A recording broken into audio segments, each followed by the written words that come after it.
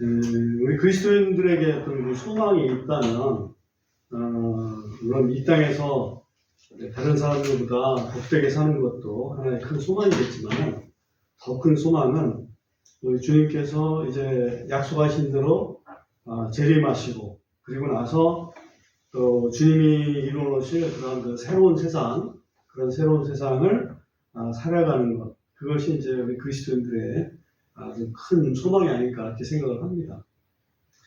주님의 재림으로 인해서 시작될 그런 그 시대는 어떤 시대일까라고 성경을 통해서 우리가 좀 살펴본다면, 문자적으로는 천년왕국이죠. 그러니까 주님이 재림하시면 천년왕국이 시작이 될 거니까요. 근데 그 천년왕국의 모습을 성경에서 좀 표현한 부분이 있나라고 우리가 살펴볼 때는 이사야서 11장에 있는 말씀이 이제 그 표현이라고 좀 보여집니다. 이사야서 11장 6절에서 9절을 먼저 좀 잠깐 살펴보고 마태복음 24장으로 돌아오겠습니다. 이사야서 11장 6절을 한번 가보십시오.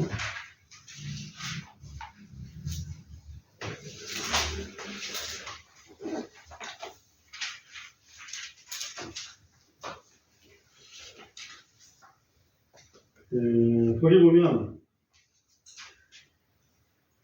이리도 어린 양과 함께 지내고 표범이 어린 염소와 함께 누우며 송아지와 젊은 사자와 살진 짐승이 함께 있고 어린아이가 그것들을 인도하리라. 암소와 곰이 함께 먹으며 그것들의 새끼들이 함께 눕고 사자가 소처럼 풀을 먹으리라. 젖 먹는 아이가 독사의 구멍에서 놀며 젖된 아이가 독사의 굴에 손을 넣으리라.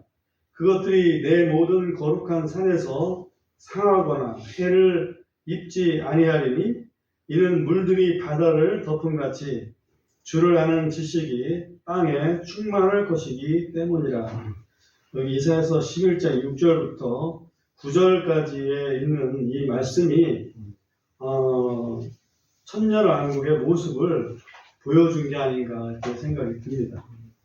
거기에 표현이 그대로 나와 있지만 사나운, 지금으로 보면 사나운 그 짐승들, 일이라든지 표범이라든지 사자라든지 이런 그 사나운 짐승들이 아주 연약한 짐승들인 어린 양이라든지 염소라든지 또 송아지라든지 또 이러한 그 어린 약한 짐승들과 함께 놀고 있다. 거기에다가 그런 그 짐승들을 어린 아이가 인도한다. 이해가 됩니까? 그리고 또 젖 먹는 아이가 독사의 구멍에 그 손을 넣으면서도 그 손이 아무런 해를 입지 않는 그런 상태가 된다. 이게 바로 천년왕국을 묘사한 게 아닌가. 우리가 천년왕국 하면은 우리 그리스도인들 입장에서는 사실은 우리 부활하고 영광스러운 몸이 되기 때문에 거기서 우리 그리스도인들이 결혼하고 뭐 애 낳고 살지 않습니다. 그렇지만은 이 세상에 있는 사람들, 구원받지 못했지만 천년왕국에 들어갈 사람들은 지금처럼 결혼하고 애 낳고 그렇게 살아갑니다.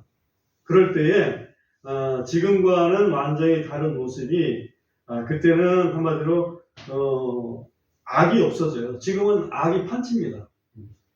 그때는 약육 강식의 시대가 아닙니다. 지금은 약육 강식의 시대잖아요. 소위 뭐 약육 강식 또는 적자 생존 뭐 이런 시대입니다. 왜냐하면 지금은 죽음이 주도를 합니다. 사탄이 주도를 하기 때문에 죽음 앞에서 사람은 약해질 수밖에 없어요.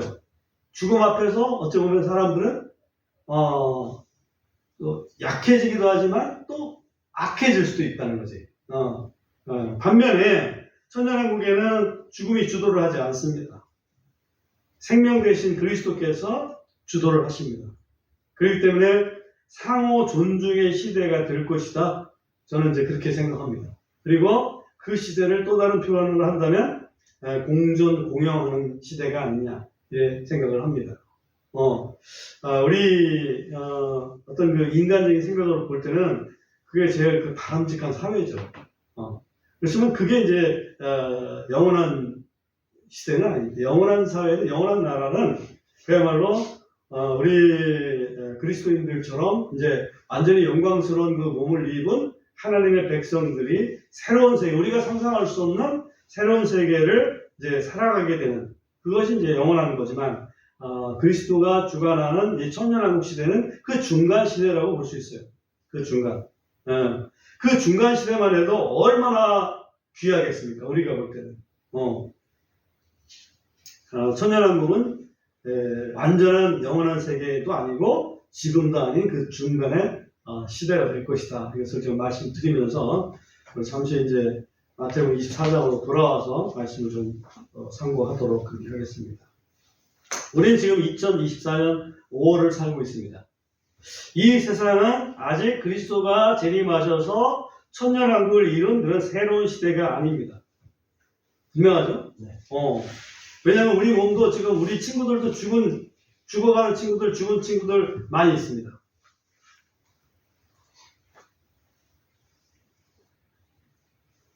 뒤늦게 알았지만 우리 먼 친척 중에 하나도 50대인데 사고로 죽었더라고. 뒤늦게 알았어요.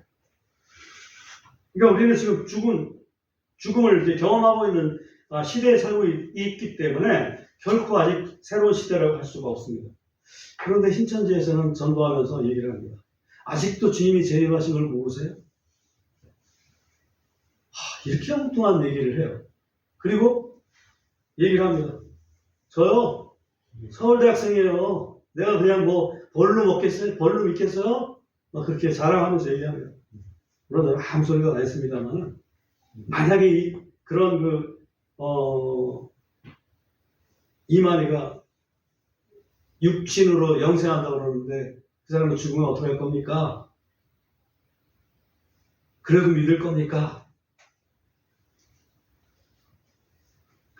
육신으로 영생할 걸 아는데 그런 그 가정을 안 하겠다는 거야. 한마디로. 참 같은 세상에 살면서 같은 말씀을 보면서도 그렇게 그 이해가 다른 것을 느끼고 살아가고 있습니다. 주님이 재림하시는 마지막 나팔을 불리게 되면 우리의 몸은 그때야 비로소 썩지 않을 몸, 주님의 그 부활의 몸 같은 영광스러운 몸으로 변화되게 될 것입니다. 여러분 그런 소망을 갖고 살고 계십니까? 아니면 그냥 이 세상 더 좀 편안하게, 이 세상에 좀 기분 좋게 살기를 원하시는 거예요? 어떤 거예요? 만약에 이 세상 편안하게 기분 좋게 살기를 원하시면 교회 다니실 필요 없어요. 더 좋은 길이 있을 거예요. 진짜 이 주님 재림의 소망을 갖고 살아간다면 어떤 삶을 살아야 되느냐? 결론부터 얘기하면 요한일서 3장 3절이에요. 요한일서 3장 3절을 잠시 찾아서 읽어드리겠습니다. 여러분 마태복음 24장 잘 이렇게 해놓으시고요. 3장 3절에 보면 또 그분 안에서 이 소망을 가진 자마다 그분께서 순결하신 것 같이 자기를 순결하게 하느니라. 그렇습니다. 그리스도의 재림을 소망하는 자들마다 깨끗한 삶을 살게 됩니다. 여러분 삶을 한번 돌이켜 보십시오. 깨끗한지 아니면 깨끗하지 않은지. 깨끗하지 않다면 이 그리스도의 재림을 소망하는 삶이라고 보기가 힘들지 않느냐. 우리는 주님 재림하실 때까지만 깨끗하게 살면 됩니다. 자, 우리 마태복음 24장으로 돌아와서 3절 다시 한번 보겠습니다.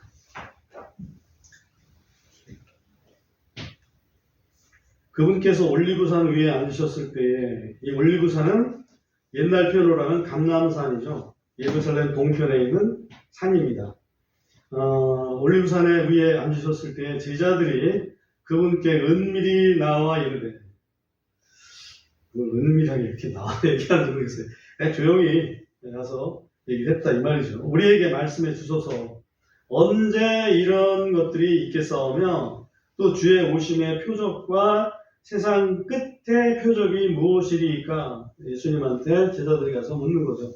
주님 재림하시고 세상 끝이 온다고 말씀하시는데 그때 그 징조가 어떻게 됩니까? 표적이라는 것은 징조를 얘기하는 거거든요. 제가 아까 전주곡이라고 말씀드렸는데, 그런 어떤 징조가 있습니까? 라고 얘기하니까, 이제 예수님께서 4절에 보면, 예수님께서 그들에게 응답하여 이르시되, 라고 이제 예수님의 대답이 시작이 됩니다. 여기에 징조가 한 대여섯 가지 이렇게 정리를 할 수가 있는데요. 5가지로 정리할 수도 있고, 6가지로 정리할 수도 있고, 또는 7가지로 정리할 수도 있고, 뭐 이렇게, 그 어떤 거를 이렇게 묶느냐에 따라서 좀 달라질 수 있어요. 근데 맨 처음에 그 징조가 뭐냐면, 5절 말씀을 보면은, 거짓 그리스도가 등장한다. 네? 거짓 그리스도가. 5절에 보면, 이는 많은 사람들이 내 이름으로 와서 이르시되 내가 그리스도라 하며 많은 사람들을 속일 것이다. 거짓 그리스도가 등장하면 이것은 틀림없이 주님의 재림의 전주곡이 이루어지고 있구나. 제가 위키피디아라고 하나요? 인터넷 백과사전? 그 인터넷 백과사전에 거짓 그리스도로 등장했던 사람들이 어떻게 돼 있나 옛날에 본 기억이 있어서 다시 한번 확인해 봤어요. 그랬더니 거기에 아주 등장을 많이 했더라고요. 20세기에 등장한 사람들만 보니까 한 30명의 리스트가 올라가 있어요. 그 30명 중에 한국 사람도 2명이 들어있더라고. 한 사람은 안상욱이고 한 사람은 문선명이에요.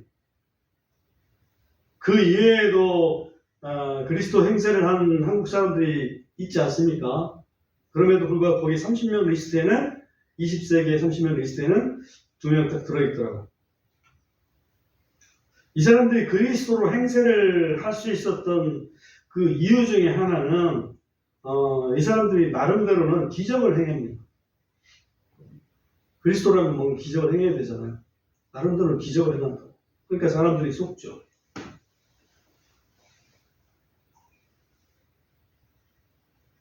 그 다음에 이제 두 번째 그 전주곡은 6절에 보면 너희가 전쟁들과 전쟁들의 소문을 들을 것이다. 하지만 전쟁이 있다는 거죠. 전쟁. 이 전쟁은 7절에서 조금 더 상세하게 설명이 되는데 민족이 민족을, 왕국이 왕국을 대적하여 일어난다. 그러니까 민족 전쟁, 국가 전쟁이 일어난다. 이게 대표적인 게 뭡니까? 제1차 세계대전이죠. 대표적인 게. 제1차 세계대전, 그리고 제2차 세계대전, 지금 이제 제3차 세계대전이 발발하지 않겠느냐, 이런 생각들을 많이 갖고 있어요. 근데 그런 전쟁이 일어날 때에, 그 앞에 예언자들이 등장을 합니다. 예언자들이 등장을 해가지고, 이제 곧 예수님의 재림이 가깝습니다. 그게 1900 몇 년도입니다. 라고 이렇게 예언을 합니다. 근데 그때 가까이 와서 전쟁이 발발하거든. 제1차 세계대전이 발발해. 그러니까 사람들이 또는 내 말이 맞았어. 그래, 내가 이렇게 말했는데 내 말이 맞았어. 그런 일들이 벌어지게 됩니다. 근데 성경에 보면 6절 끝에 보면 아직 그 끝은 아니기 때문이다. 이런 말이죠. 아직 그 끝은 아니기 때문이다. 아직 그 끝은 아니다. 그 말이죠. 왜 아니라고 하면서 뭘 왜 아니라고 하면 좀 그런 소문이 있겠지만은 불안해하지는 말아라. 왜냐하면 그게 끝은 아니기 때문에. 전쟁은 나서 막 끝이라고 그러는데 나한테는 아무 일도 벌어지지 않고 그러면 굉장히 불안할 거 아니에요. 주님 오시면 내가 휴거된다고 그랬는데 나는 어떻게 되는 거야? 옛날에 이장님 목사가 담임선교 때 1992년인가요? 그때요? 몇 년도였죠? 92년 9월 28일인가요? 아마 그때쯤 됐을 것 같아요. 그래서 생중계하고 그랬잖아요. 응? 네. 그래서 생중계하는데 아무 일이 안 일어난단 말이에요. 그러니까 막 만약에 패닉이라고 얘기하죠. 거기에 그러던 사람들이 얼만큼 좀 자기들은 인생을 다 바쳤고 자기 집까지 다 팔아서 다 바쳤는데 이게 뭐냐. 아니, 돌아버린 분들도 꽤 있을 거예요.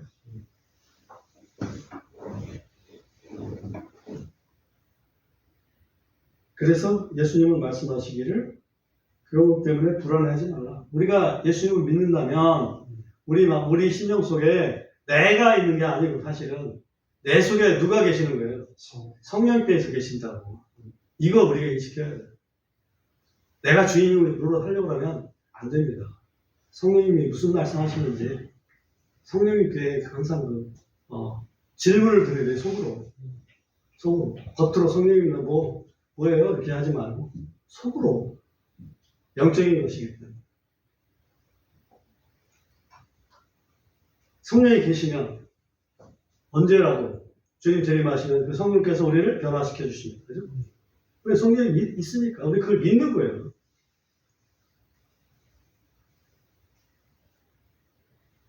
전쟁이 있고요. 그 다음에 실제로 보면 도처에 기근과 역병과 지진들이 있을 것이다.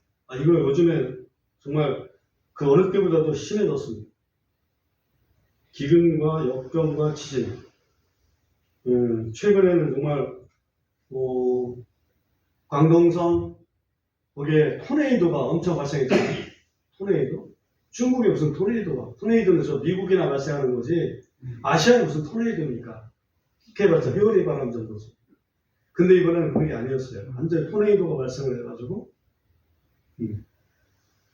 건물들이 다 날아가고 정말 수많은 사람들이 이재민이 생겼지 않습니까? 그리고 미국에도 토네이도가 생기는데 역대급 토네이도가 생겨가지고 그 피해를 받은 지역의 사람들이 몇 만이냐면 7,500만이라고. 미국 인구가 3억인데 7,500만의 피해를 보면 4분의 1이 피해를 보는 거야. 그래 미국이 그래도 버티는 부분은 대단한 거예요. 그만큼 이런 좀 험악한 일들이 지금 많이 벌어지고 있습니다.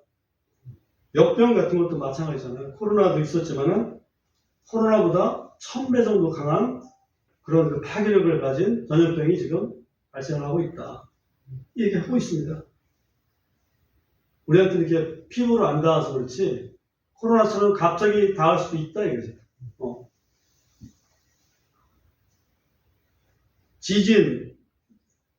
지진뿐만 아니라 요즘에 우박도 많이 나오죠. 우박이 작은 게 아니라 이렇게 큰 야구공만한 우박들이 떨어지면 어쩌겠어요. 지금 다 뚫어지잖아요. 사진 다 봤지만. 생각처럼 우리가 그냥 편안한 세상은 절대 아니다. 이게 전주국에 들어가 있다는 거지. 8절에 보면 이 모든 것이 고통의 시작이니라. 고통의 시작입니다. 그 다음에 이제 또 하나 나오는 것이 이제 9절은 이게 너무 늦게 이렇게 표현하신 것 같은 느낌이 드는데 9절에 보면 그때 그들이 너희를 넘겨주어 괴롭게 하며 너희를 죽이리니 너희가 내 이름으로 인하여 모든 민족들에게 미움을 받으리라. 이게 소위 핍박이라는 거 아니겠어요?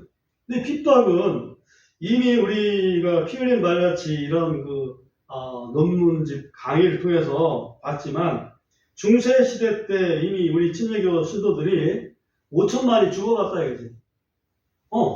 그럼에도 불구하고 아직 이런 주님의 재림까지는 이루지 않았어요. 그죠?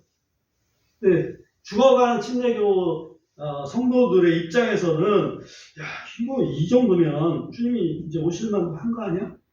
라고 생각했을 거 아니에요. 근데.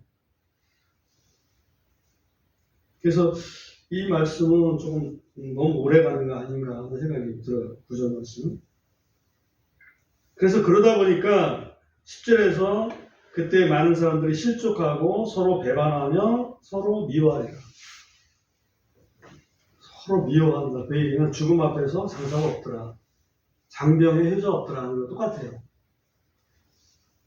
다 서로 위해주고 싶지. 그런데 죽음을 앞두고 있으니까 살려고 배반할 거 아니에요. 1차 시대, 2차 세대적인 그때 주기철 목사님 같은 분이 몇 분이나 있었어요. 목사들 중에 대표적인 사람 한 사람이 있던 거야. 주기철 목사. 나머지 다 뭐였어요? 다 배신했어요. 다 배신해가지고 그 신사참배 다 했어요. 그리고 신사참배 해도 돼 라고 얘기를 했어요. 교회 앞에서. 그게 장로교 아닙니까? 그죠? 천주교 같으면 더 심했겠죠. 그런 거 신경도 안 쓰지. 야, 그런 거 그냥 이거 예배하고 잘 상관없는 그냥 국민의 의례라고 생각해. 조상한테 제사도 드리고 다 괜찮아. 하나님 믿는 믿음만 가지고 있으면 돼. 이렇게 했던 거 아니에요? 이게 천주교 아니에요?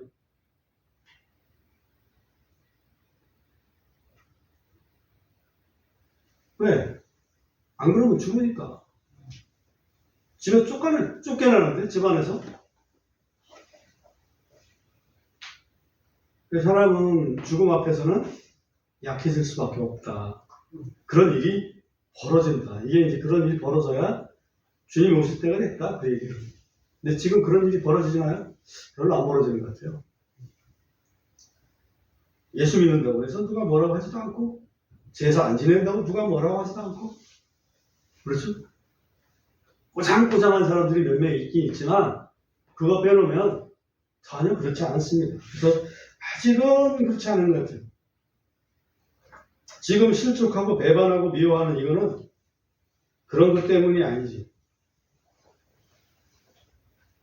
또 11절에 보면 많은 거짓 예언자들이 일어나서 많은 사람들을 속이리라. 이것을 앞에서 거짓 그리스도하고 연결을 시켜서 묶을 수도 있고 또 이렇게 따로 생각할 수도 있어요.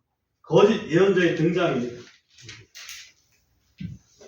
내가 한 자료를 보는데 세계 이단 대책 연합회 긴 목사라고 하는 분이 연구를 해서 몇 가지를 설명을 하는 걸 좀 들어봤어요. 그 중에 이제 신천지, 그 다음에 안상인 증인회, 안상홍 증인회, 그 다음에 JMS 이런 얘기를 그분이 이제 정리를 해서 설명을 해주더라고. 물론 이제 대략적으로 다 아는 내용이지만 다시 한번 확인을 해봤습니다. 신천지에서는 제일 강조하는 교리가 뭐냐면 육체 영생 교리예요. 육체 영생 교리. 그래서 이만희는 안 죽는다 생각하는 거지. 그렇게 가르쳤으니까. 그런데 요즘에 이만희가 무슨 증세에 있다고 그래요? 치매 증세에 있다고 그러죠? 그래서 이만희가 치매 증세가 있어서 만약에 이만희가 육체 영생을 한다 그랬는데 그 총재가 죽어버린다. 그러면 어떻게 되겠어요? 대혼란이죠. 그래서 그 상부 지도층에서는 사후 방안을 고심하고 있는데 어떤 방안일 것인가라고 예측까지 하고 있습니다. 그때는 이만희를 배도자로 몰게 될 것이다. 무슨 얘기인지 알겠어요? 이만희를 배도자로 몰고 제2인자가 나서서 다시 신천지를 얘기할 거다. 그런 일이 벌어지면 역시 거짓은 거짓이구나. 거짓인 걸 알지만 재확인하는 거죠. 안상홍 증인에서는 안식일하고 6월절을 엄청 강조합니다. 안상홍을 죄인 줄 알았었거든요. 근데 죽었잖아. 안상홍이 죽이니까 어떻게 돼? 그 부인 장길자가 그리스도의 신부다. 그래서 지금은 어머니 하나님이다. 그걸 거기에 따라가는 사람들이 이상한 거 아니에요? 상식적으로는 말이 안 돼요. 우리는 성경을 가지고 분별력이 있는 사람들이잖아요. 근데 이 성경을 가지고 있는데 성경을 가지고 있는 사람이 성경을 가지고 설명해 주니까 어머니 하나님이 있네? 그게 어머니 하나님이에요, 그게?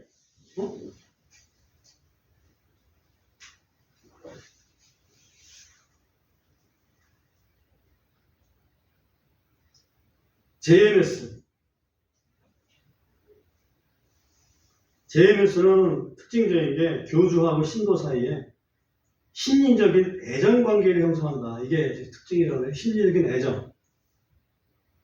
예를 들면 그 정명석이라는 사람을 부인의 회원들은 이분은 내 남편이야. 심리적으로 그렇게 생각한다는 거지. 자기 남편보다도 오히려 더 사랑해. 주님처럼.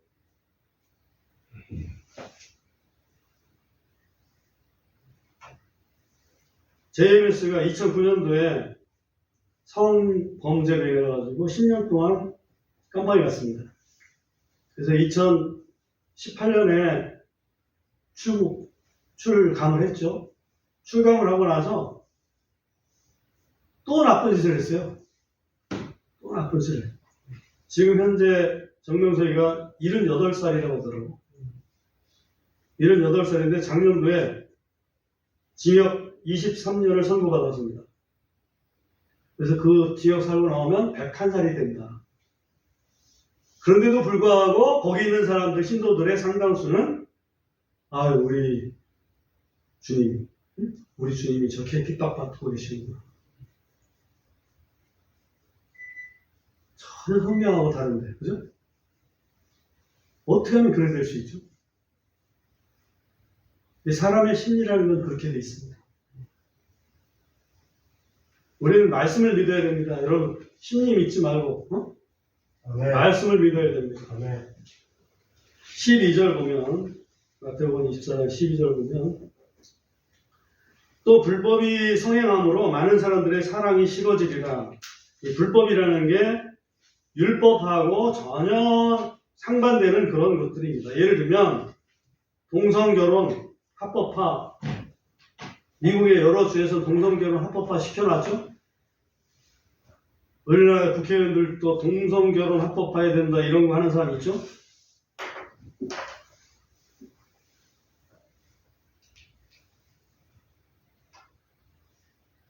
우습게 생각합니다. 살인도 우습게 생각하죠. 살인 청부, 장기매매, 마약 밀매, 임금 착취, 불법 시위 같은 거 합니다. 불법 시위. 시위하면 다 민주주의인 줄 알죠? 전혀 아닙니다.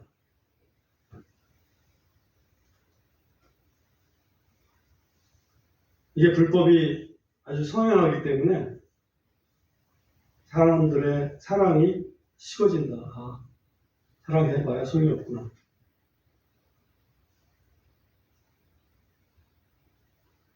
그리고 마지막 전주국은 뭐냐? 14절에 보면 그리고 왕국의 이 복음이 모든 민족들에게 증언되기 위해 온 세상에 선포되리니 그때의 끝이 오리라. 그러니까 복음이 모든 민족에게 온 세상에 선포된다. 야, 이거 어떻게 돼? 언제 돼야 이게 선포되나? 고민을 좀 해볼 수 있잖아요. 그래서 전 세계가 지금 몇 개 국인가 다 이 발표하는 기관에 따라서 달라요. 그래서 어느 정도 공신력이 있는 것으로 봤을 때 현재 세계는 228개국이다. 228개국입니다. 그 중에서 제일 가난한 나라는 거기에는 어떨까? 왜 가난한 나라를 생각했냐면 웬만한 나라들은 지금 다 인터넷이 다 보급됐어요. 인터넷이 다 보급이 됐기 때문에 우리가 성경을 가지고 안 가도 성경은 그 사람들이 다 볼 수 있어요. 이미. 다 선교사가 안 가도 다 알 수 있어요. 그 정도로 시대가 바뀌었다는 거지. 최빈국이 어딘가 봤더니 한 3개 우선 등장하는데 하나는 부룬디라고 하는 나라, 하나는 소말리아라는 나라, 그 다음에 모잠비크라고 하는 나라, 이 3나라가 뜨더라. 최빈국. 소말리아는 우리가 너무 잘 알아요. 그죠? 부룬디라고 하는 나라는 좀 잘 못 알아들었어요. 근데 소말리아나 부룬디나 이게 소득 수준이 거의 비슷해요. 소득이 어느 정도 되냐면 1인당 국민소득이 우리나라 지금 1인당 국민소득이 얼마 정도 됩니까? 약 3만 달러라고 얘기해요. 3만 달러. 3만 달러. 1,000원씩 잡으면 3천만 원이라는 얘기고 1,200원씩 따지면 3,600만 원이라는 얘기예요. 1인당. 제 평균인가 봐요. 네. 저희는 뭐 그거에 전혀 못 미치지만 그래도 아무튼 한국은 3만 불 수준이다 이렇게 이해를 하면 돼요. 반면에 소말리아나 부룬디는 어느 정도냐 보니까 300불 수준이에요. 300불 1년 소득이 300불이면 우리의 100분지 1% 가지고 먹고 사는 거예요. 우리는 10,000원 가지고 나가서 한 끼 사 먹기도 힘들다 이런 얘기 많이 하잖아요.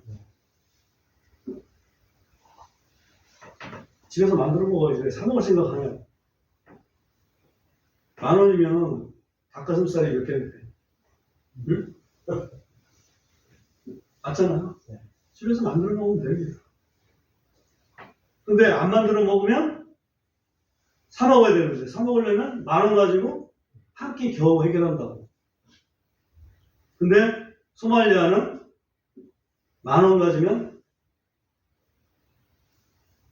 열흘을 간다고 그래요. 열흘.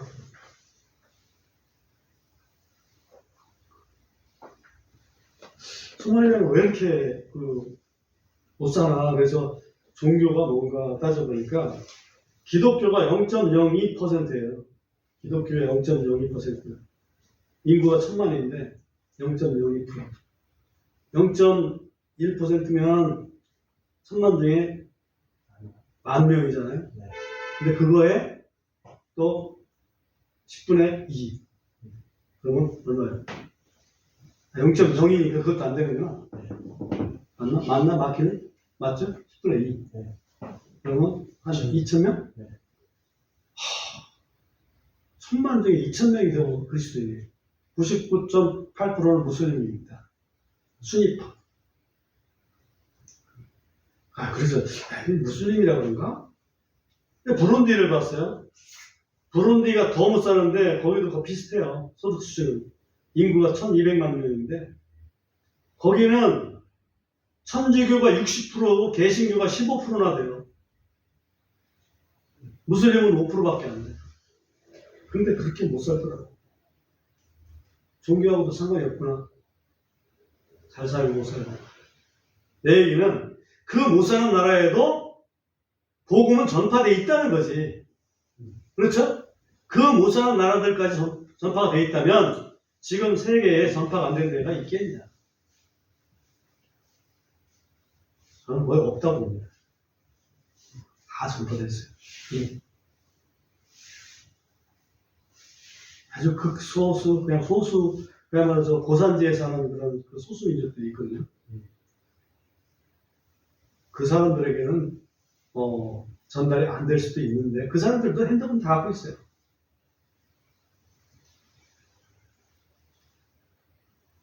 포인트는 지금은 언제 오셔도 이상하지 않을 때다. 언제 오셔도 이상하지 않을 때가 됐다. 저는 그렇게 봅니다. 문제는 마지막으로 우리가 생각해야 될 부분은 무관심이죠. 마태복음 24장에 36절 가보면 그러나 그날과 그 시각은 결코 아무도 알지 못하나니 하늘의 천사들도 알지 못하고 오직 내 아버지께서만 아시느니라. 그 정확한 시각은 아버지만 아신다 이렇게 해놓으셨어요. 근데 그 다음에는 구절이 우리에게 시사하는 바가 있습니다. 뭐냐? 37절 오직 노아의 날들과 같이 인자가 오는 것도 그러하리라. 이는 홍수 이전의 날들에 노아가 방주 안으로 들어간 날까지 그들이 먹고 마시며 장가가고 시집가고 하다가 홍수가 나서 그들을 모두 쓸어버릴 때까지 알지 못하였듯이 인자가 오는 것도 그러할 것이기 때문이라. 노아가 방주에 들어갑니다. 하나님께서 들어오라 그래서 노아하고 노아의 8식구가 방주에 들어갑니다. 그리고 온갖 짐승들도 하나님께서 보내주셔서 방주로 들어갑니다. 방주 크기가 어마어마했죠. 우리가 전에 공부했지만. 그래서 문을 닫고서 며칠 동안 거기 있었어요? 비 오기 전까지? 일주일 동안 있었어요. 일주일 동안. 그 땅에 있는 사람들은 뭐라고 생각했을까? 저 미친 놈인데, 결국 끝까지 가는구만. 정신 나간 놈인데. 그렇게 했을 거 아니에요, 그죠? 아무 일 없잖아. 뭔 비, 하늘도 멀쩡한데. 일주일 후에 비가 오기 시작합니다. 주야로 며칠간? 40일. 40일이면 충분합니다. 노아의 방주는 비는 맞았지만 전혀 비 심판하고는 전혀 상관없죠. 이게 휴거된 상태의 교회를 모습을 보여주는 거예요.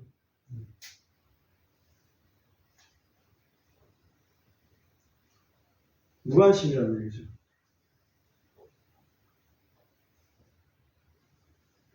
세상의 종말에 대해서 관심 갖는 사람이 우리 크리스찬들도 많이 줄었어요.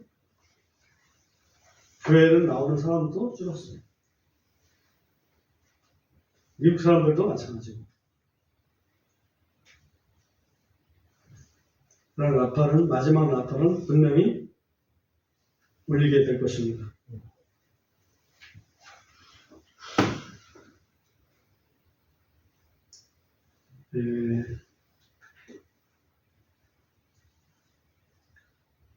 마지막으로 데살로니가전서 4장 16절 17절 읽고 마치겠습니다.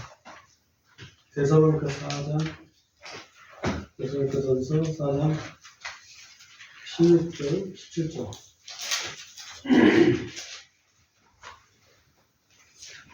우리 보면 이는 주께 소령과 천사장의 음성과 하나님의 무슨 소리와 함께 나팔 소리와 함께 친히 하늘로부터 내려오실 것이기 때문이니 그리스도 안에서 죽은 자들이 먼저 일어나고 그 후에 살아서 남아있는 우리가 그들과 함께 구름들 속으로 채워 올라가는 게 휴거죠. 어디에서 주를 만납니까? 공중에서 주를 만나요. 공중에서. 이 땅에서 만납니까? 아니면 저기 감남산 언덕에서 만나요? 아니죠? 공중에서 주를 만난다고 그랬죠? 이게 바로 휴거입니다. 그러니까 휴거가 있다는 얘기는 우리가 그야말로 진노의 환란 전에 우리는 거기서 피한다. 그죠? 마치 방주에 들어가서 그 심판을 면했던 것처럼 그것을 여기서 보여주는 그림이죠. 그래 우리가 항상 주와 함께 있으리라. 우리는 지금 세상의 끝에 있습니다. 이 세상이라는 것은 저기 지구 땅에서 이스라엘을 중심으로 봐가지고 세상 끝인 저 한국 독도 있는쯤에 와 있다 그 얘기가 아니고 세상이라고 하는 시대, 그죠? 시대의 종말에 와 있다. 시대 종말에 와 있으면 우리는 눈을 들어서 위를 바라볼 필요가 있습니다. 그리고 주님께서 오시는 것을 사모하고 요한일서 3장 3절에 있는 말씀처럼 우리가 깨끗한 양심을 갖고 살아갈 필요가 있다.